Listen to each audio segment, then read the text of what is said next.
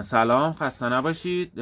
روزتون بخیر. امروز میخوام عسلایی که ما تو فروشگاهمون داریم و در موردش باهاتون صحبت کنم و یه سری نکاتی هم که در مورد عسل میدونم بهتون بگم. خب بریم ببینیم چه عسلایی ما داریم.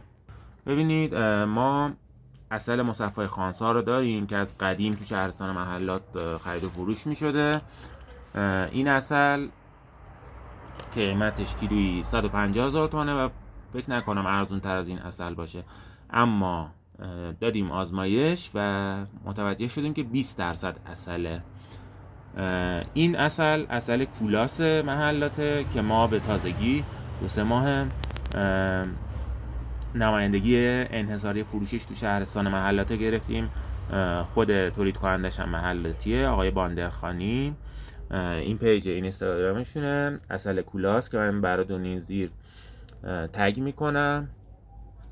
این هم شماره همراهشونه. ایشون قیمت عسلش با قیمت عسل ما یکه، یعنی جفتمون یه قیمت میدیم، از هر کدوم خواستین تهیه کنیم. این عسل مخلوطشه، یعنی این تمام گیاه ها را زنبور خورده و مخلوطه. این هم عسل گون آبیشنشه که فقط گیاه گون آبیشن خورده زنبور بیشتر، یعنی گیاه قالب منطقه‌ای که زنبور مستقر بوده گون آبیشن بوده. این عسل‌ها آزمایش داده شده و 100% عسله، هیچ گونه تغذیه‌ای نخورده زنبور، هیچ گونه شکری نخورده. و اینکه این عسل گون آویشن 450,000 تومانه و عسل مخلوط 370,000 تومان. یه نکته بگم بهتون در مورد عسل. ببینید، اینجوری که آقای باندرخانی به بنده گفت که حالا پیجشون هم میذارم، الان فکر کنم کندوهاشون توی خوزستان مستقر کردن، اونجا فیلماش و عکساش هست، میتونید قشنگ برید مشاهده کنید. ببینید، عسلی که بی کیفیته و عسل نیست. ببینید وقتی که دستو میگیری پشت شیشه عسل، از این ور قشنگ انگوشتا پیداه، میبینید قشنگ پیداه.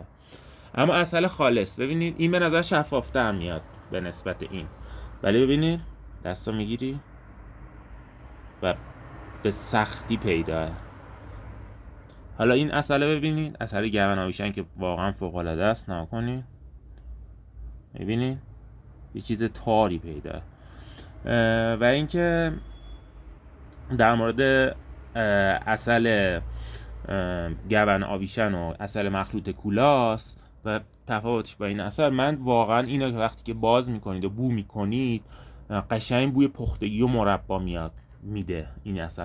اما این عسلا قشنگ بوی گیاه میده، نه اینکه عطری بهش زده باشن، از بالا تا پایینش همون بو میده و قشنگ طبیعی به نظر میاد. و اینا که ذائقه های قوی دارن متوجه میشن. در هر صورت اگه خواستین از این عسلا از ما خرید کنید، اگه نخواستید از آقای باندرخانی. و من خودم تضمین میکنم کیفیت این عسلا را و خونه خودمون از همین عسلا مصرف میکنیم. شما اگه نکته در مورد عسل میدونید برامون بنویسید. برای خرید عسلا هم دایرکت بدید یا تماس بگیرید یا به پیج آقای باندرخانی برید. خدا نگهدار.